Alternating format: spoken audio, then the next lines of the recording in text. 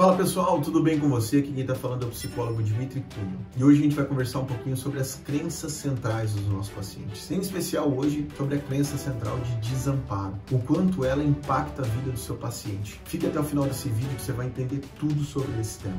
Gostou do tema do vídeo? Já curte, se inscreve no canal e ativa o sininho. Semanalmente nós temos conteúdo como esse, que quer promover em você, tirar dúvidas, quer trazer para você a possibilidade de você se desenvolver. As crenças centrais no olhar da terapia cognitivo-comportamental são um ponto-chave de todo o processo terapêutico. Entender o funcionamento do seu paciente e, junto com ele, chegar ao significado de uma crença central negativa é a oportunidade de você trazer o desenvolvimento para ele. Por isso, então, eu quero que você compreenda e tenha atenção no que eu vou trazer aqui hoje. Mas o que é mais importante é que eu estou fazendo um recorte de uma teoria tão grande e significativa. E dentro dessa crença de desamparo, por exemplo, existem diversos olhares, diversas formas do seu paciente agir. Eu vou fazer um recorte sobre algumas, para que você possa assim ter a dimensão da gravidade de uma crença central desadaptativa, como a crença central de desamparo. As crenças centrais elas são desenvolvidas desde a infância do seu paciente, desde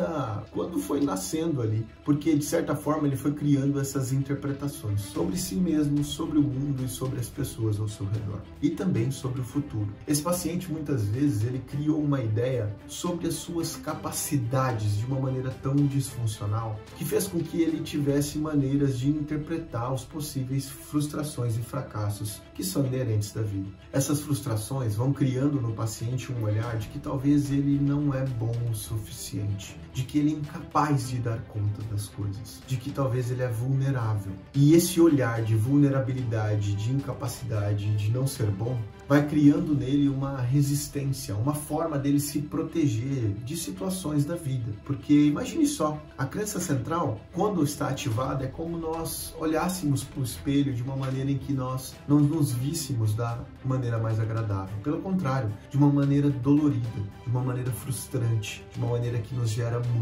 muita angústia. Por isso que é muito significativo nós entendermos como essa crença, ou em especial a crença de desamparo, gera para o nosso paciente realmente desgastes emocionais. Eu quero que você entenda, por exemplo, o quanto a crença central de desamparo em nossa cultura faz com que a parte profissional dos nossos pacientes elas possam estar comprometidas. Para uma pessoa que entende não ser boa o suficiente, o quanto ela, por mais que tenha capacidade, por exemplo, em uma entrevista de emprego, ela fica com ansiedade aflorada, dá os devidos conhecidos brancos na cabeça dela e talvez ela não consegue ter a fluidez de uma entrevista como poderia. Isso faz com que esse paciente ele vá para mais uma entrevista e outra, e por não conseguir desenvolver-se dentro desse processo, por mais que tenha um bom currículo, esse paciente ele cria uma ideia de incapacidade, uma ideia de que nada dá certo na vida dele, por exemplo, profissional. E isso vai gerando nele mais estratégias de defesa, ao ponto desse paciente abrir margens para depressões, abrir margens para algumas ansiedades ou qualquer tipo de outro adoecimento, porque ele costuma se proteger, e quanto mais se protege, mais evidências de ser incapaz de não dar conta das coisas vão aparecendo. E assim, essa crença se